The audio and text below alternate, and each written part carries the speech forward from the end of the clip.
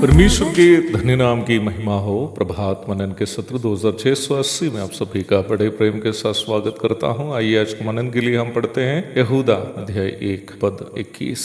अपने आप को परमेश्वर के प्रेम में बनाए रखो और अनंत जीवन के लिए हमारे प्रभु यीशु मसीह की दया की बाट जोते रहो। उद्धार प्राप्त करने वालों के अंदर परमेश्वर का प्रेम उंडेलना पवित्र आत्मा का काम। रोमी 5:5। उद्धार पाए हुए होने के बावजूद भी हम मसीह विश्वासी पाप से प्रदूषित शरीरों में ही इस संसार में जीवन बिताते हैं। ऐसी परिस्थिति में पाप का प्रभाव हमारे शरीरों में हमेशा रहता है। निम्न विषय को रोमी अध्याय 7 के 18 से 24 तक के भाग में प्रेरित पौलुस अच्छा से समझाया। पाप से प्रदूषित हमारा शरीर की अभिलाषा, आंख की अभिलाषा एवं जीविका का घमंड आदि प्रलोभनों में फंसकर कभी भी परमेश्वर से दूर होके बुराइयों में फंस सकते हैं। परंतु यदि हम परमेश्वर के प्रेम में बने रहेंगे तो इन प्रलोभनों पर जीत प्राप्त करते हुए हम जी सकते हैं। परमेश्वर के प्रेम में अपने आप को बनाए रखने के लिए पवित्र आत्मा के नियंत्रण में हमें जीना जरूरी है। पवित्र आत्मा के नियंत्रण में यदि हमें जीना हो तो पवित्र आत्मा के द्वारा नियंत्रण करने हेतु अपना जीवन को पवित्र आत्मा के हाथों में सौंपना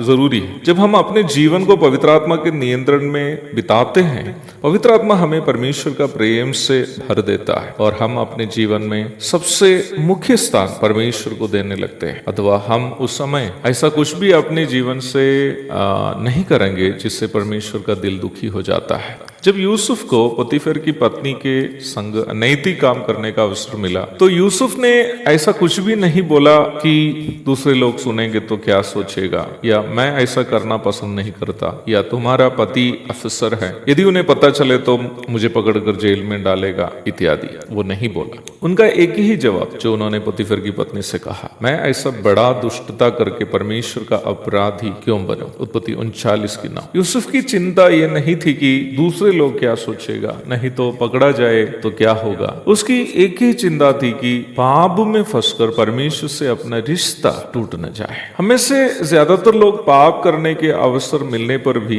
पाप करने से अपने आप को रोकने का कारण उसकी बुरी नतीजाओं का भय है, जैसे कि शर्मिंदगी, प्रशासन से डर आदि आदि, ना कि ये सोचकर कि हम ऐसे करने से परमेश्वर का दिल दुखी हो जाता है। परंतु जब एक व्यक्ति परमेश्वर के प्रेम से प्रभावित होकर पाप करने से अपने आप को दूर रखता हो तो उससे हम कह सकते हैं कि निम्न व्यक्ति अपने आप को पवित्र आत्मा के नियंत्रण में बिता रहा। हम कैसे अपने आप को पवित्र आत्मा के नियंत्रण में बनाए रख सकते हैं? सबसे पहले हमें पवित्र आत्मा के नियंत्रण में अपने आप को बनाए रखने की एक तीव्र इच्छा होनी चाहिए। यदि वो इच्छा हमारे अंदर है तो हम उसके लिए प्रभु से ये प्रार्थना करें कि वह हमें पवित्र आत्मा में अपने आप को बनाए रखने में हमारी मदद करे। प्रभु अवश्य हमें पवित्र आत्मा को बहुतायत से देकर उनमें बहने रहने में हमारी मदद अवश्य करेंगे। यूहन्ना 3:34। जब हम पवित्र आत्मा के नियंत्रण में अपना जीवन बिताते हैं, पवित्र आत्मा हमें परमेश्वर का प्रेम से भर देता है और परमेश्वर का प्रेम हमें उन सभी कार्यों से अपने आप को दूर रखने के लिए मदद करता है जो